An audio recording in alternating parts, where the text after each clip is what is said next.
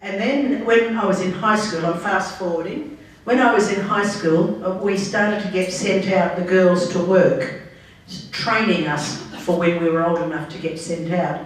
So by the time you were in upper primary school, if you weren't doing well at school, you were out as a domestic. Kids as young as 12 and 13 were out being housekeepers on farms. And there was abuse of some of those kids out there. But Sister Kate's was a charitable institution, couldn't afford to keep the kids there. My father committed suicide in '51, and then the government had to make this decision. And as a holder of a law degree, I still find it rather strange. I had been declared a native and a quadroon when I was taken away under the law, the Native Act, and then when my father died, the Native Affairs Department decided we can't give Sister Kate a subsidy anymore because she's now not a native. So the decision was that Sister Kate had to take me to the Perth Children's Court with 3 other kids and have me declared destitute and make me a ward of the state. I didn't know what it was all about. I'm just at the Children's Court thinking, what am I doing here? And some bloke up on the bench said, state ward. That was so that the department could then pay a subsidy for me and Sister Kate's, because the Department of Native Affairs didn't want to pay the subsidy, which was I think about 3 and 6 a year or something. And so I was suddenly not a native. And when I did my law degree, I did research on this and wrote a paper saying that I should really now take the government to court for false imprisonment for 10 years. I mean, if Cornelia Rao can do it, hell, I could have done it. And I had 10 years. But I didn't do anything because my son, my youngest son, who's a partner at Mallesons, he said, I think you have to think about whether we could lose your house in costs if we take the government to court. So we put that one aside. So that's what the sort of situation was at Sister Kate. So by the time I got to high school, I put my head down because I knew I didn't want to be a domestic. I still hate housework, and no way am I doing that. But we used to get sent out on the school holidays, and I used to get sent to Dalkeith, very flash house, and the owners of a big store in Perth. So I used to get sent there when the other Sister Kate kid was sent off on holidays. But a Sister Kate's kid never went on holidays, they just went and lived with another Sister Kate kid because they didn't earn enough to go on a holiday. So I went there and I never got paid, and I was there just to look after these 2 absolutely rotten, spoiled kids.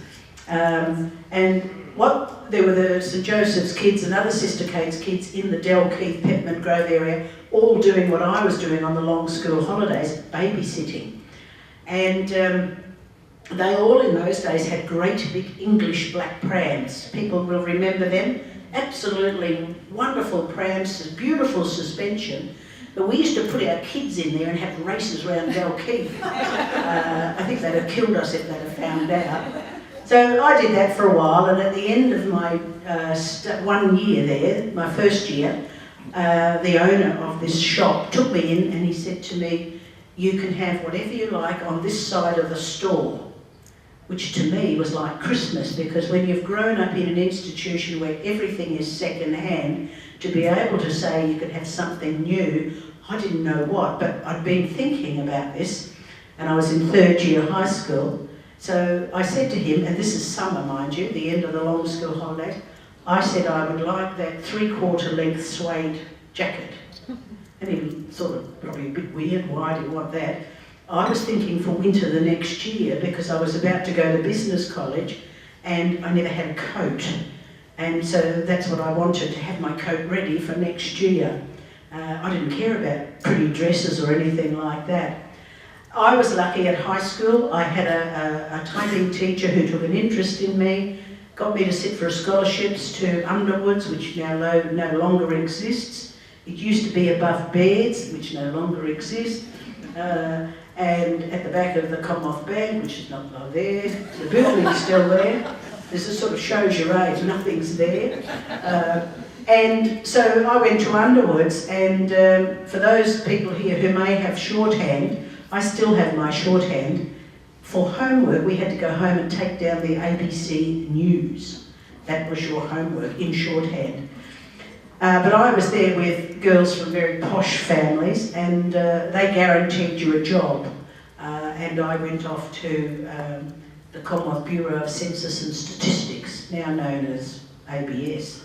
And it was a year of the census, and I did nothing for 3 months except type up who lived in this house, how many people, how many sheep and dogs. And then I got sent to Skipper Bailey Motor Company and as a shorthand typist. And at Skipper Bailey's I was still going from Sister Kate's each day. Sister Kate's were putting the pressure on me to leave, because once you started work you had to leave. There was no way they could keep you there. And it was very hard. I didn't have anywhere, I didn't have a family, I was told I was an orphan. And so I was thinking, how could I get away from this? But at Skipper Bailey, a little naive 16-year-old, I was madly in love with the used car salesman, because I thought they wore a suit and they must be important. How gullible are you? And so they bought me my first scooter, which are very trendy and fashionable now, but I had a Vespa in 1960 actually. And so then looking for accommodation became a nightmare, and I wrote to the department, because I'm a state ward, and I said, please don't tell Sister Kate's. So I get home, whatever, weeks later for the mail, and I'm dragged to the office to ask, why am I writing to the department? I thought, I told them to keep confidence, but they didn't do that. And I wanted a place with no kids. I said, when you've grown up with 100-odd kids, you really want some peace and quiet. So I couldn't find any, and I'm in Francis Street one day, and again, Swan Barracks is not Swan Barracks, it's a youth hostel.